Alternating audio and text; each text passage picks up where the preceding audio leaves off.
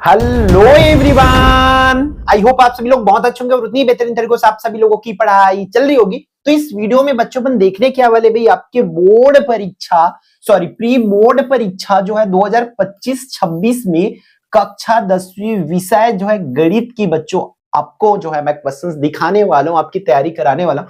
हो सकता है अगर आप प्राइवेट स्कूल वाले हो तो आपको भाई एक जिला लेवल की क्वेश्चन सॉल्व करना पड़ेगा। तो ये क्वेश्चंस बच्चों एक जिला लेवल की क्वेश्चंस है, हर एक बच्चे को इसको सॉल्व जरूर करना है, इसलिए हम करा रहा हूं। भाई आपको पता है इस चैनल पर यूं ही आपको कोई भी चीज प्रोवाइड नहीं करा दिया जाएगा, वही चीज प्रोवाइड कराया जाएगा जो आपके फाइनल बोर्ड एग्जाम के लिए इंपॉर्टेंट है। अति मोस्ट इंपॉर्टेंट क्वेश्चन है बच्चों, इसका 75 मार्क्स के लिए आप खुद की सेल्फ टेस्ट भी लेते चलिए कि आप कितने मार्क्स का कर पा रहे हैं। हम विथ आंसर देखेंगे तो वीडियो तो लंबी बनेगी, बट आपको ध्यान से इसको देखना है और करना है, ठीक है। तो चलो बढ़ते हैं आगे।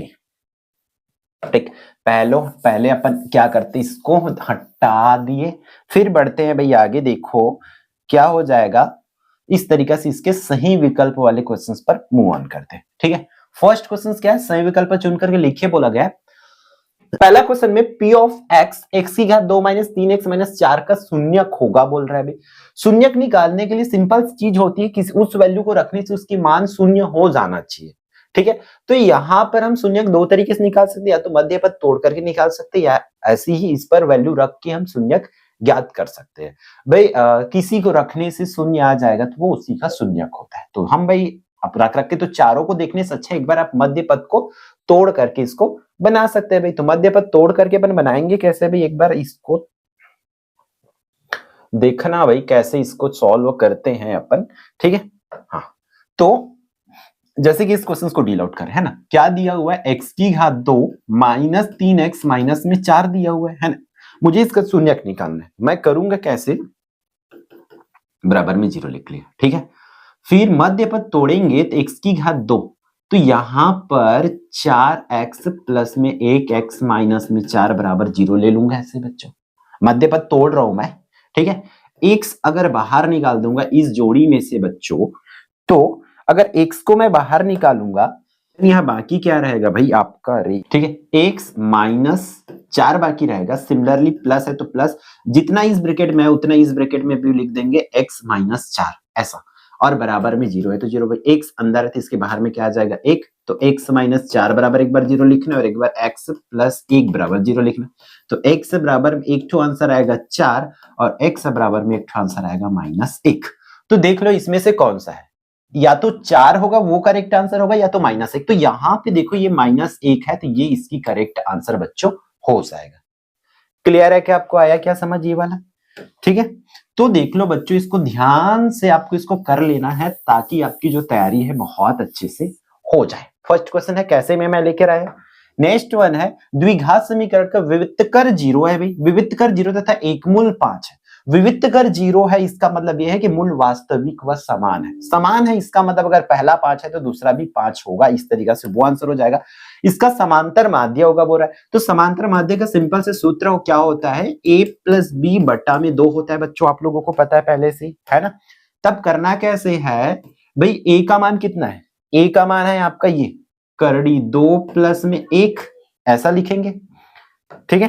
करड़ी 2 प्लस में 1 प्लस फिर b का मान कितना है, ये वाला है करड़ी 2 माइनस में 1 और पूरे की बट्टा में 2। तो देखो यहाँ पर 1 और 1 तो कट जाएगा बच्चों, तो 2 बार करड़ी 2 हो जाएगा और नीचे में 2 हो जाएगा, तो ये 2 और 2 को कटाओगे तो आपका आंसर आ जाएगा करड़ी 2, ठीक है। तो करड़ी 2 किस पर है भाई, b पे है, तो ये इसकी आंसर हो जाएगा, ठीक है। थर्ड वन पर अपन मूव ऑन करते हैं बच्चों, वो क्या हो जाएगा आप लोग का, थर्ड वन को देखते चलो एक बार कि क्या यहां पर आपको लेना है, ठीक है। ये उसका आंसर था थर्ड में। यदि x बराबर 2 रखना है, y बराबर 3 रखना है, तब समीकरण में p का हल होगा, तो p का मान ज्ञात करना है बच्चों। करना क्या है बच्चों, 7 की जगह है 7 है, x की जगह पे 2 रख दो बच्चों ऐसा, माइनस 4 y दिया है तो 4 की 4, और y की जगह पे कितना रखने के लिए बोल रहे हैं 3 ऐसा, और बराबर में p है तो p, 7 दूनी 14, 4 तियां 12 बराबर में p, तो 14 में 12 जाएगा तो 2, ये इसका आंसर हो जाएगा। तो कहां पर है भाई 2, हाँ ये फर्स्ट में, तो ये इसके सही आंसर हो जाएगी। इस पर क्या बोल रहा है, क्या दिया हुआ है 6 अनुपात कितना दिया है, 6 अनुपात 10 समानुपात दिया है x अनुपात 25 है बच्चों ऐसा, तब हमें x का मान ज्ञात करना है। सो इजी बच्चों, अपन करते हैं भाई। ये हो जाएगा 6/10 बराबर में x बटा में 25 लिखूंगा ऐसे, तिर्यक गुणा कर देंगे तो ये 10 गुणा में x बराबर में 25 गुणा में 6 हो जाएगा ऐसे। फिर x का मान निकालना है आप लोगों को, ठीक है, x का मान निकालना है। देन आप लोग करेंगे कैसे, यहां पर 10 को भेज दो बच्चों ऐसा, ये कट जाएगा, 5 दूनी 10, 5 पंचे 25, 5 एक 2 एकम 2, 2 तिया 6 तो 15 जहां पर भी वहां, तो ये इसकी आंसर हो जाएगा बच्चों। इसका आई थिंक नहीं आया होगा, समझ लग रहा है, क्योंकि मुझे भी थोड़ा स्पेस का इसका लगा था कि नहीं आया होगा। ठीक है, तो इस बार समझने का प्रयास करेंगे आप लोग कि कैसे इसको करना है। देखो ध्यान से, ठीक है, कैसे लिया दिया है 6:10 ऐसा दिया हुआ है, देख लो, है ना, बराबर x अनुपात में कितना लेना है 25 ऐसा ले लिया, बट्टा में लिखेंगे 6/10 बराबर x बटा में 25। फिर से देखो इसका तिर्यक गुणा करेंगे तो इसका पहले करेंगे तो 10 गुणा में x बराबर में ये 6 गुणा में 25 हो जाएगा बच्चों ऐसा। क्लियर है क्या? x का मान मुझे निकालना है, तो मैं करूंगा क्या, 10 को भेज दूंगा तो 10 चला जाता है नीचे पे इस तरीके से, आपको पता है बचपन से, है ना। तो 5 दूनी 10 और 5 पंचे 25 आ गया। फिर 2 एकम 2 और 2 तिया 6, तो ये 3 और 5 का भाई आपस में गुणा हो जाएगा तो 3 पंचे हो जाएगा 15, इसलिए आपको यहां भैया आंसर क्या ले लेना है 15 ले लेना है। आ गया क्या? नेक्स्ट वन है बच्चों, आप लोगों का क्या दिया हुआ है, बिंदु माइनस और प्लस में दिया हुआ है बच्चों, माइनस और प्लस में दिया, किस चतुर्थांश में होगा बोल रहा है, तो ये द्वितीय चतुर्थांश में हो जाएगा आप लोग। तो ये चतुर्थांश की भी आप लोग कॉन्सेप्ट अच्छे से क्लियर रखना, मैं बता देता हूं एक बार और, ताकि आपको पूरी चीजें अच्छे से याद रहे बच्चों।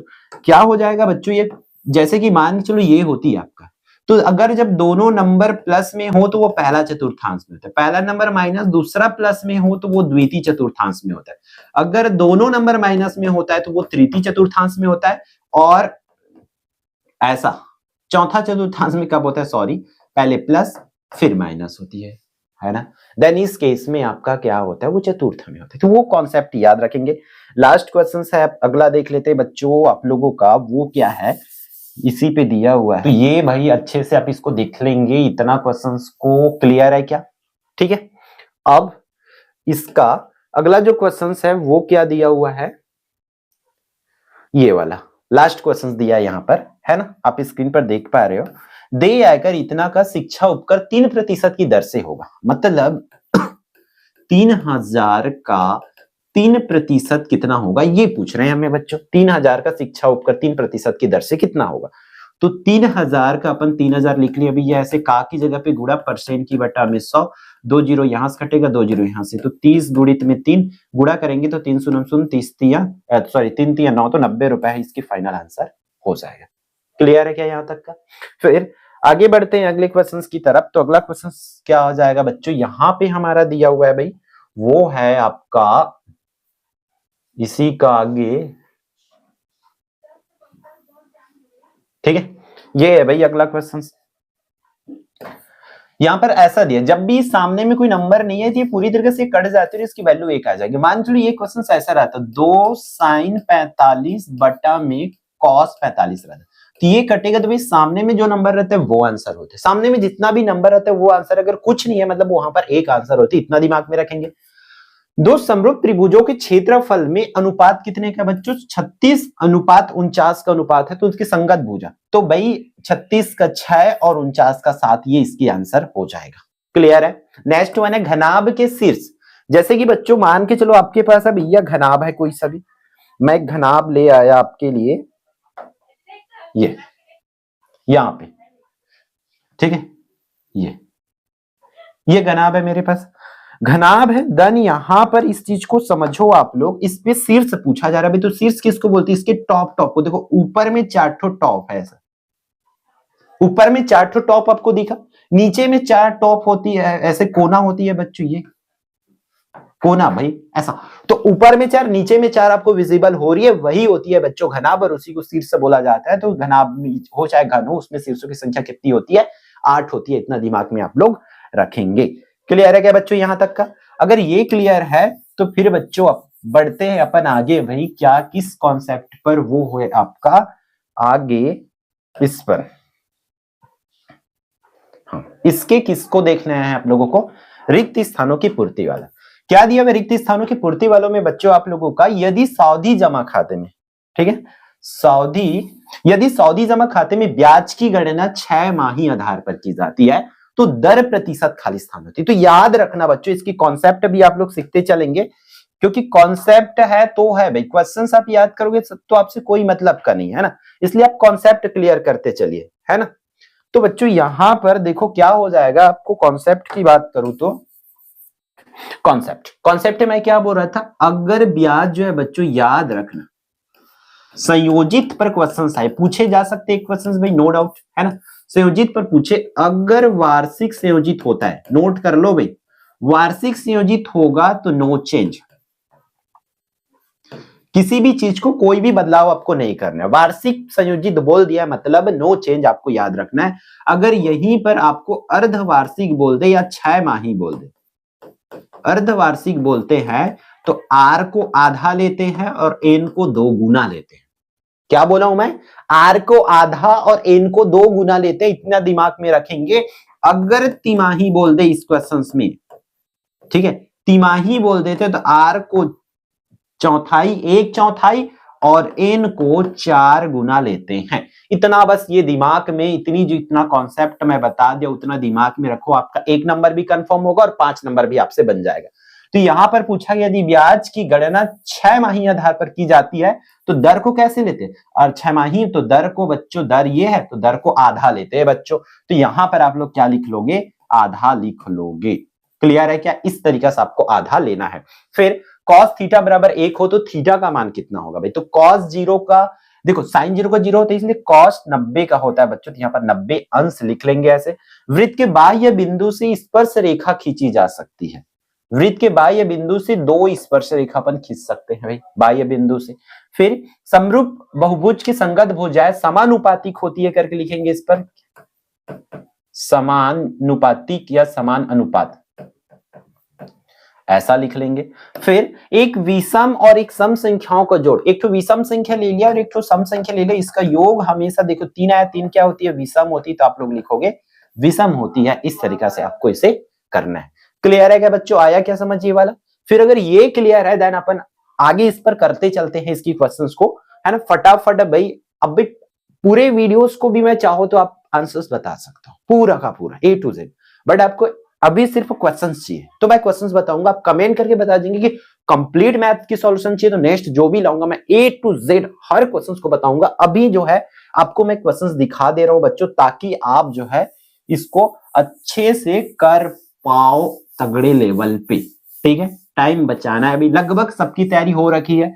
अगर मैं बोलता हूं भाई निचोड़ पहले से फॉलो कर रहे थे तो ये तो आपको इत्तु पत्तु से लगेगा, जो भी क्वेश्चंस आपके लिए सेट हो, ठीक है। तो मैं क्वेश्चंस दिखाते जा रहा हूं आपको स्क्रीन पर, फटाफट इसको करते चलेंगे। ये क्वेश्चन नंबर 2 की है, क्वेश्चन नंबर 2 है, निम्नलिखित आंकड़ों की माध्यिका ज्ञात कीजिए। भाई कौन सी पार्ट की, 16 पार्ट की है और 3 टॉपिक में से, अभी भी मैं इस वीडियो में बोल रहा हूं माध्यिका, बहुलक और औसत, तीनों में से कोई एक क्वेश्चन यहां से उठाएगा ही उठेगा। जांच कीजिए कि क्या बहुपद का एक गुणनखंड है। आपको क्या करना है, इसमें जहां भी x है, x की जगह पे यहां पर देखो -2 है तो +2 रखो, अगर 0 आ जाएगा तो गुणनखंडन है, नहीं आएगा तो गुणनखंडन नहीं होगा। फिर 2 बिंदु दिया, यहां पर जाने वाली रेखा की प्रवणता ज्ञात करना है। क्वेश्चन नंबर 4 पर प्रवणता की सूत्र बच्चों आपको याद होनी चाहिए। यदि किसी समांतर श्रेणी का प्रथम पद दे दिया, सर्वांतर दे दिया, तो 8वां पद ज्ञात करना है आपको।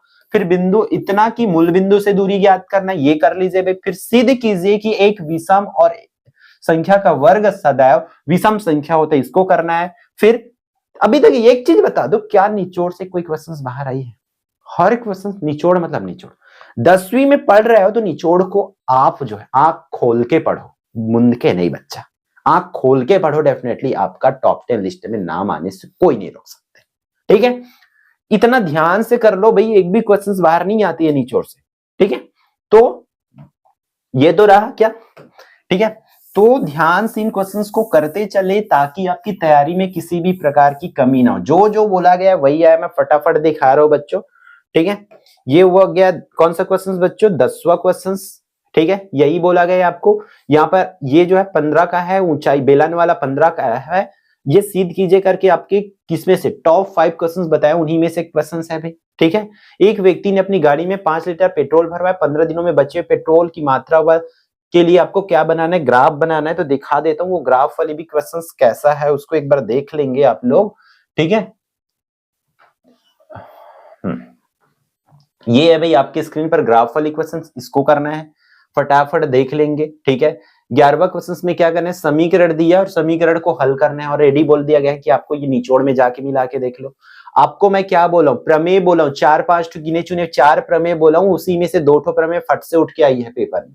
भाई ये पेपर खुद जो है पूरे जिला कार्यालय निचोड़ को फॉलो कर रहा है, आप नहीं करोगे तो फंसने वाले हो, पिटने वाले हो, है ना। तगड़े से इन क्वेश्चंस को कर लो, हर एक क्वेश्चंस वही है जो आपको टिक करवाया गया है बच्चों, जो हमारे निचोड़ में है, जो आएगा बोला गया है वही क्वेश्चंस है। अभी तक मुझे तो एक भी क्वेश्चंस ऐसे बाहर नजर आते हुए नहीं दिखे। ये क्वेश्चन नंबर 16 हो गया। अगला जो क्वेश्चंस है वो क्या ले हो जाएगा आपका, देख लो भाई, ये जो है तीनों जो क्वेश्चंस है 5 अंक वाला क्वेश्चंस है, और आपको ये बोल दिया गया था 5 अंक। अरे हो जा भाई, बच्चों को परेशान नहीं करते, ठीक है। ये आपको क्या बोला गया, आवर्ती, ये डिब्बा है वहां पर प्रतिशत है भाई, आवर्ती और सऊदी में से एक आएगा, बोलो अभी भी बोलता हूँ, पेपर से 1 मिनट भी पहले बोलूंगा, वो गारंटी है 5 नंबर के लिए आना है, मतलब आना है, और नहीं करोगे तो आपसे बड़ा मूर्ख छत्तीसगढ़ में कोई नहीं है। मैं ये आज भी बोल रहा हूँ, उस पेपर के 1 घंटे पहले भी बोलूंगा, सॉरी 1 मिनट भी पहले बोलूंगा। अंतर्वृत्त परिवृत्त आएगा, मतलब आएगा पेपर में, बोल दिया हूं मतलब बोल दिया हूं बच्चों, और नहीं करोगे तो आपकी बेवकूफी होगी, ठीक है। देख लीजिए यहाँ पर भी। अब ये क्वेश्चन बच्चों टॉप 5 बोला हूं, उस पार्ट का भी टॉप 5 करवाया हूं, इस पार्ट का टाइप टॉप 5 करवाया हूं। कोई जिले का पेपर टॉप 5 से बाहर सेट होगी तो बोलना भैया आके, ठीक है। तो जितनी करा दिया गया निचोड़ में बच्चों उतना कर लो। निचोड़ की लिंक आपको इस वीडियो के डिस्क्रिप्शन में मिल जाएगा, या निचोड़ की वीडियो आप देख सकते हो। अगर आपको उसको पीडीएफ चाहिए तो ऐप में मिल जाएगा, ठीक है। पेड कोर्सेस है, मात्र 29 में हमारे ऐप में मिल जाएगा सभी विषय की पीडीएफ, ठीक है। तो इस वीडियो में इतना ही, हम मिलते हैं आने वाली इंपॉर्टेंट वीडियो में। जय जोहार, जय छत्तीसगढ़।